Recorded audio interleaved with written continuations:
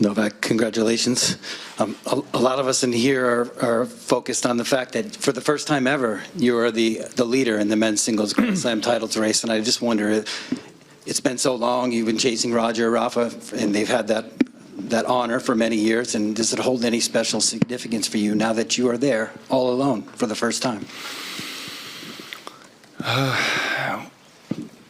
Well, the truth is that I've always, compared myself to these guys because those are the two greatest rivals I ever had in my career, and I've said it before, many times that they have actually defined me as a player, and all the success that I have, they've contributed to it in a way, because of the rivalries and the matchups that we had, and countless hours of thinking and analyzing and what it takes to win against them on the biggest stage, for me and my team. It was just those two guys were occupying my mind for the last 15 years quite a lot, and in a professional sense. And so, of course, it's amazing to know that I'm one ahead of both of them in Grand Slams with Rafa, but at the same time, everyone writes their own history. So, I still think that everyone has a unique journey that they should embrace and stick to. But of course, having the three of us with Andy, of course, as well, that we cannot forget. In the last 20 years, we kind of reached the golden era of the men's tennis, and as people like to call it. So I'm really grateful to be part of this group of guys. Yeah, Novak, congratulations. How does it feel to be the greatest male player in history? Well, thank you. I mean, I don't want to say that I am the greatest because I feel I've said it before, it's disrespectful towards all the great champions in different eras of our sport that was played in a completely different way than it is played today. So I feel like each great champion of his own generation has left a huge mark, a legacy, and paved the way for us to be able to play this sport in such a great stage worldwide. So I leave those kind of discussions of who is the greatest to someone else. I have, of course, huge faith and confidence and belief in to myself and for everything that I am and who I am and what I'm capable of doing.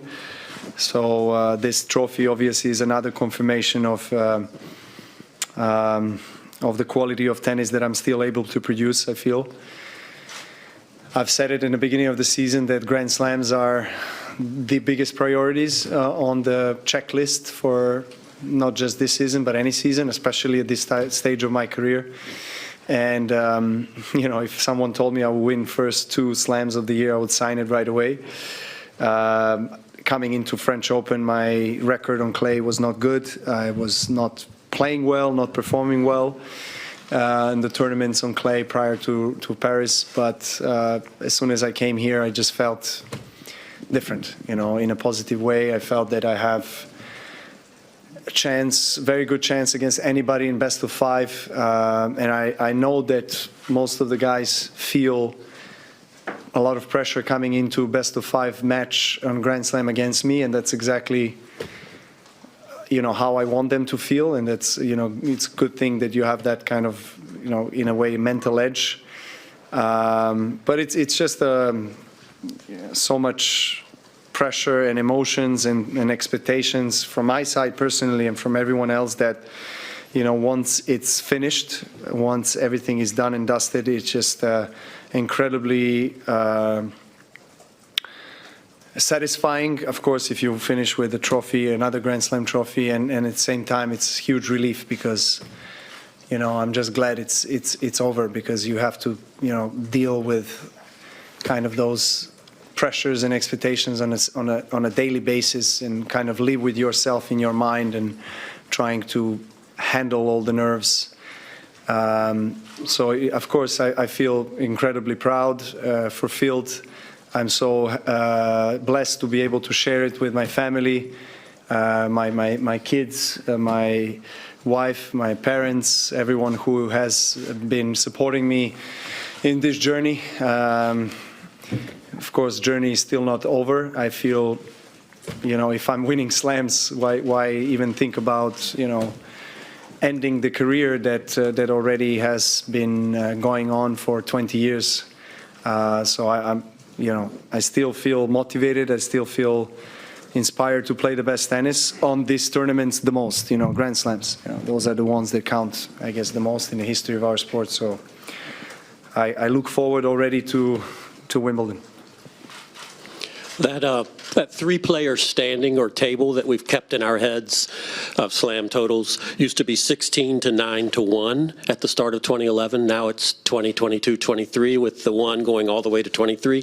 What do you think about when you think about that sweep of time like that? Pretty decent 12 years, I must say, for me. I mean, I've managed to I would say manage my own body and my own emotions and the team of people around me in such way to be able to peak on the most important tournaments in the world, which are Grand Slams. So of course, when you talk about history, people mostly talk about the Grand Slams won or the amount of time you spent at the '1 rankings, and I managed to break the records in both of these statistics, which is amazing. And of course, I know that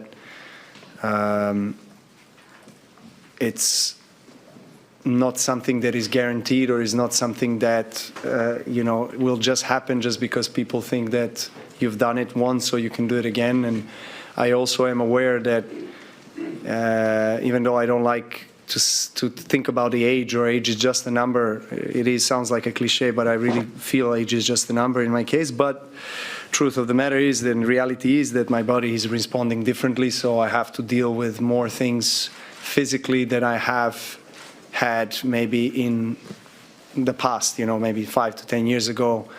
I was recovering much quicker, or just didn't feel as much pain in the body and the beating that I'm feeling today. But in the end of the day, you have to walk victorious through the finish line, and that's what we've done. So yeah, it's amazing, and seeing this trophy here that also for me symbolizes a great battle that I had with myself, mostly, of course, with all the great players in Roland Garros. That is one of the 4 greatest tournaments, but for me, by far the toughest one of the 4 to win.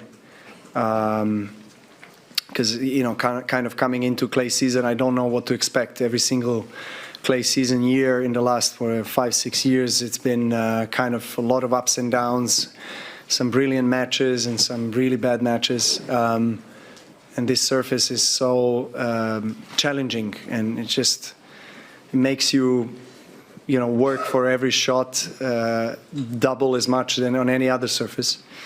I mean, that's, how I feel at least. So it's kind of symbolic in a way that I won my historic 23rd here in Roland Garros. It just makes it even sweeter and even greater, knowing what it takes to win a Roland Garros for me. It's just not to take anything away from, of course, the winning of any other slam, but just Roland Garros is the highest mountain to climb for me, I think, in my career. So that's why it's even more satisfying.